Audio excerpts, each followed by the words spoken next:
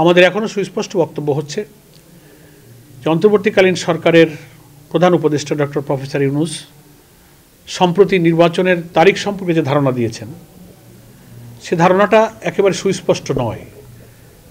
এই জন্য আমরা দাবি করেছি যে এই ঘোষণাটা সুনির্দিষ্ট হওয়া দরকার, সুস্পষ্ট হওয়া দরকার। প্রোভাইডেড ইলেকশনটাকে ফ্রি, ফেয়ার, ক্রেডিবল করার জন্য কিছু সংস্কার কাজ প্রয়োজন। সেই সংস্কার বলতে আমরা গোটা রাষ্ট্র, গোটা অর্গানের সংস্কার বোঝাইনি।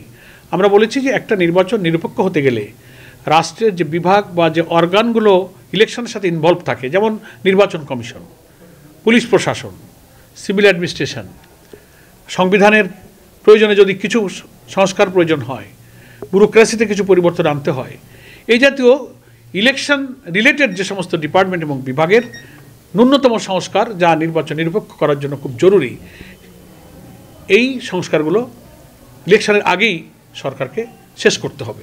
এটাতে বেশি টাইম লাগার কথা না, এটা 6-7 মাসের মধ্যেও কিন্তু শেষ করা যায়। আমরা তো দাবি করছি না যে রাষ্ট্রের সব অর্গানের আপনি সংস্কার করেন, ইট উইল টেক টাইম। এটা নির্বাচিত সরকার আসলে তারা করবে। সেজন্য আমাদের পরিষ্কার কথা হলো যে নির্বাচনের সুনির্দিষ্ট দিনক্ষণ উল্লেখ করে এবং সংস্কারের বাকি কাজ সমাপ্ত করে একটা রোডম্যাপ এই সরকারের ঘোষণা করা উচিত। তাহলে জনগণের মধ্যে যে সংশয়, সন্দেহ, বাইরের যে নৈরাজ্যকতা সৃষ্টি, একটার পর একটা ইলেকশনের পথের অভিযাত্রাকে বাধাগ্রস্ত করা হচ্ছে, এটা আর সম্ভব হবে না। মানুষ জেনে ফেলবে যে ইলেকশনের ডেট হয়ে গেছে, মানুষ তখন, জনগণ, দেশ তখন ইলেকশনমুখী হয়ে যাবে। এজন্য আমরা অবিলম্বে নির্বাচনের দিনক্ষণ সম্পর্কে সরকারের সুস্পষ্ট ঘোষণা চাই।